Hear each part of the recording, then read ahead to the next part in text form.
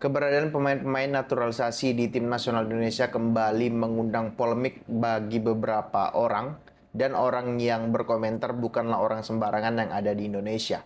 Nah, maka dari itu di video kali ini, aku akan mencoba memberikan sedikit opiniku terkait dengan komentar mereka-mereka yang kasarnya menjuliti timnas Indonesia yang diisi oleh pemain-pemain diaspora ataupun naturalisasi. Oke? Tapi sebelum itu, bagi kalian yang nonton video ini, klik dulu tombol like, komen, subscribe, dan juga lain sebagainya. Oke?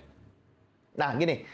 Ya, sebenarnya polemik pemain naturalisasi ini nggak akan pernah selesai gitu. Nggak akan pernah selesai dalam artian pasti ada aja yang pro dan juga ada aja yang kontra gitu. Cuman ya, kalau aku bilang positifnya kita sebagai sebuah bangsa sudah berani mengeluarkan pendapat, sudah berani mengemukakan pendapat, tapi di sisi lain kita sebagai sebuah negara ataupun sebuah bangsa terlalu julid untuk menilai segala sesuatunya kayak gitu. Nah, yang pertama itu kan yang mengomentari terkait dengan pemain naturalisasi itu kan ada, ya semua orang tahu, yaitu Rocky Gerung gitu. Rocky Gerung bilang hari ini kita mungkin melihat ada euforia di dalam persepak bola kita, tapi euforia itu membatalkan atau membuat kita lupa bahwa yang bermain di lapangan itu sebetulnya adalah bukan orang kita. Karena apa yang sekarang disebut naturalisasi itu semacam penipuan terhadap sensasi. Kalau misalnya ada naturalisasi, tentu ada sesuatu yang tidak fit and proper dengan prinsip-prinsip patriotisme. Rocky Gerung bilang demikian gitu. Mungkin gini, secara filosofi mungkin apa yang dikatakan oleh Rocky Gerung itu ada benarnya. Bukan berarti benar 100%, ada benarnya. Artinya ya namanya juga pemain namanya juga tim nasional Indonesia, harusnya diisi oleh orang yang lahir, yang besar, kemudian merantau ke luar negeri, kemudian membela timnas. Idealnya memang seperti itu. Tapi kan persepak bolaan kita belum semaju itu, belum seproper itu untuk mengatakan bahwasanya kita bisa bersaing dengan negara-negara lain dengan pemain-pemain yang kita bina sendiri gitu. Bentar ya, sampai saya ngambil catatan. Yang kita bina sendiri. Rasaku belum sampai ke tahap itu kita bisa sebagai sebuah tim sepak bola bisa ngelawan. Coba kalian bayangkan kalau misalnya pada saat melawan Saudi kemarin kita menggunakan pemain-pemain lokal gitu, pemain-pemain yang tidak keturunan. Rasaku kita udah dibantai itu paling tidak ya 3-4-0 lawan Australia juga gitu. Kemudian kita terbantu karena adanya pemain-pemain diaspora ini kan gitu. Jadi kalau aku pribadi sih nggak ada masalah sebenarnya sama pemain naturalisasi ataupun diaspora, asalkan memang ya pembibitannya itu jelas. Artinya kita kembali mencanangkan bahwasanya pemain yang main di tim nasional untuk 10-15 tahun ke depan itu adalah pemain lokal, dalam tanda petik lokal, kemudian diisi dengan pemain-pemain naturalisasi. Karena kalau naturalisasi saja yang kita harapkan ya agak sulit juga gitu ya. Untuk apa ada PSSI kalau semuanya itu diurus sama pemain naturalisasi kayak gitu, kalau aku pribadi kayak gitu. Nah, kemudian orang lain yang mengkritik timnas adalah dengan pemain naturalisasi adalah Pak Peter Gonta. Jujur aku nggak tahu beliau ini siapa. Aku nggak tahu, mungkin beliau ini pejabat, pengusaha atau dan sebagainya. Aku nggak tahu, nggak kenal beliau. Beliau juga pasti nggak kenal aku, jadi nggak ada urusan secara pribadi kayak gitu. Pak Peter Gonta ini mengatakan begini di Instagram dia. Apakah Anda cinta PSSI? Saya cinta, kata Pak Peter Gonta. Apakah Anda cinta bangsa? Saya cinta. Apakah Anda tidak malu melihat PSSI 9 pemainnya adalah bangsa asing yang dinaturalisasi? Saya malu, kata dia. Apakah Anda tahu bahwa mereka hanya sementara karena mereka mempunyai 2 paspor. Nanti kalau sudah selesai main di Indonesia, mereka akan buang status WNI mereka. Saya tahu. Kemudian dia bilang, apakah menurut Anda tidak lebih baik membina pemain muda kita dari sedari dini? Dia bilang dia. Saya rasa demikian gitu. Artinya apa yang dikatakan oleh Pak Peter Gonta kembali lagi secara filosofi. Kembali lagi secara filosofi apa yang dikatakan beliau-beliau ini benar, banyak benernya kalau kita bicara secara ideal. Cuman kan ya sepak bola kita sekarang belum dalam taraf yang ideal karena ketum PSSI sebelumnya ya tidak begitu serius untuk membenahi sepak bola kita. Semua kan hanya ya kasarnya hanya sekedar mau makan gaji, kemudian untuk politik diajak kan. Ya kemudian di era Pak Erik dan juga Pak Iwan Bule sudah mulai ada progresnya, mulai dari penunjukan pelatih, mulai dari apalagi dan segala macam lah di dalam maupun di luar lapangan sebagai sebuah tim kayak gitu. Sudah mulai terlihat bahwasanya kita apa ya bahasanya, kita mulai serius menghadapi timnas kita gitu, membina pemain timnas kita kayak gitu. Bentar. Nah, kemudian yang membuat aku agak apa ya, yang membuat aku agak miris adalah memang betul gini. Kalau aku pribadi, ini pendapat pribadi ya. Kalau aku pribadi, apakah aku bermasalah dengan pemain naturalisasi yang mengisi timnas? Nggak ada masalah gitu. Karena apa?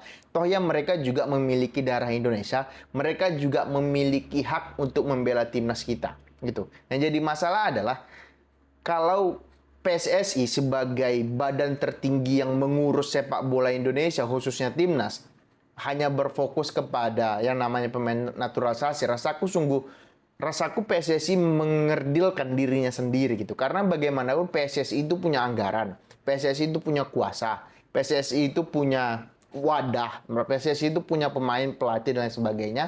Kalau hanya mengurusi pemain naturalisasi, itu kan sifatnya apa ya, sifatnya administratif lah bisa dibilang. Sifatnya itu administratif yang artinya ya kalau misalkan kita bisa deal dengan pemain naturalisasinya, deal dalam artian ya mereka setuju dengan apa yang kita tawarkan, ya apa tadi mau aku bilang?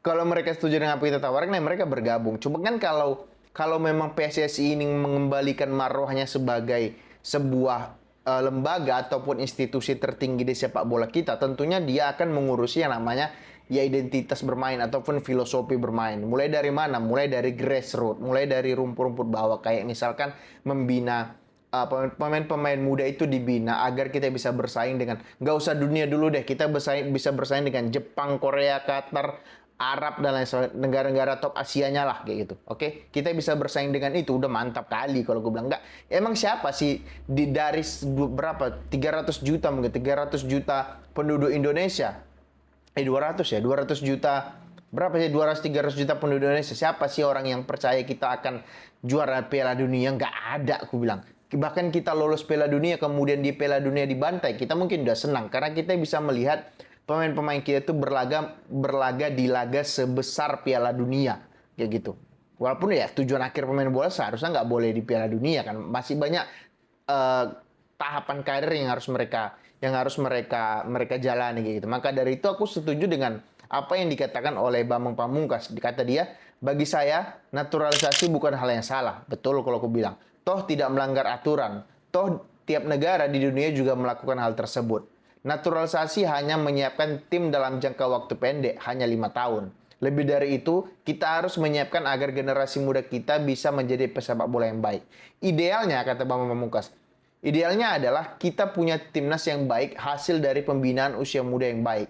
Dari sana, tim dilengkapi dengan pemain-pemain jangka pendek tadi. Artinya dikatakan bahwasanya pemain lokal dan juga pemain lokal, artinya ini pemain yang bukan naturalisasi ya, dan juga pemain naturalisasi itu saling bersinergi untuk membangun tim nasional yang kuat. Kan itu yang dimaksud oleh Bambang Pamungkas. Aku lebih sepakat ke situ gitu. Jadi kalau aku bilang di periode pertama Pak Erick Thohir, aku sangat sepakat dengan adanya naturalisasi. Sangat sepakat kalau aku bilang, karena kita butuh hero, butuh pahlawan bagi anak-anak muda. Seperti aku udah pernah buat videonya juga kan sebelumnya.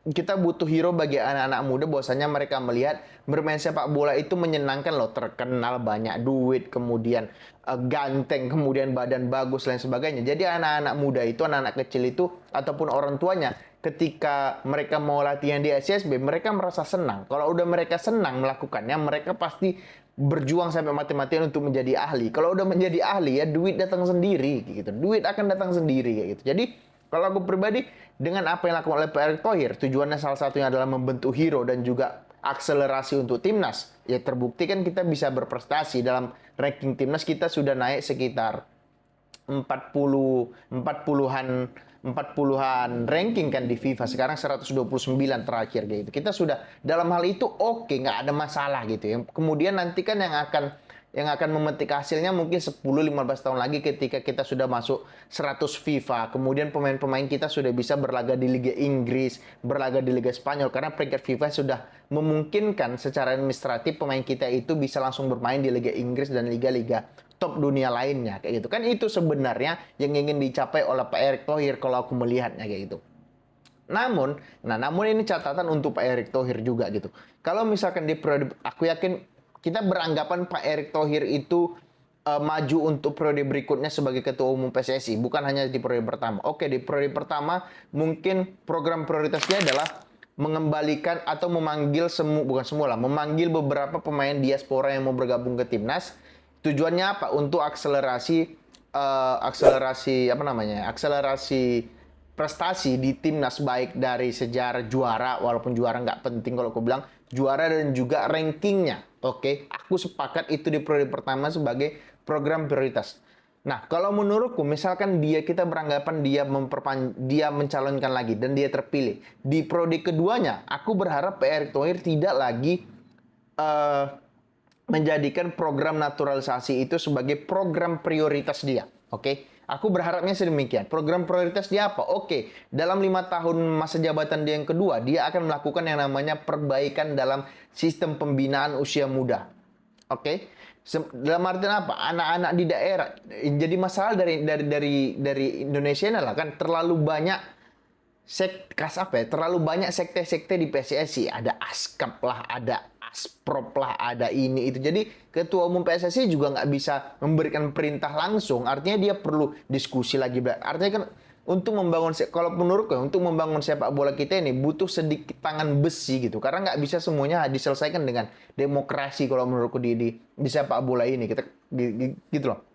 Kembali lagi, ya belum lagi kita bicara landscape Indonesia yang terlalu banyak akan membakar biaya kalau ketua PS kalau semuanya itu harus dijalankan. Belum lagi korupsi, ya kita nggak bahas itu lah gitu. Oke, mungkin di periode keduanya Pak Erick Thohir bisa membuat program prioritas adalah, saya tidak akan, mungkin ya naturalisasi masih cuman itu program tier 2 tier 3 dia gitu.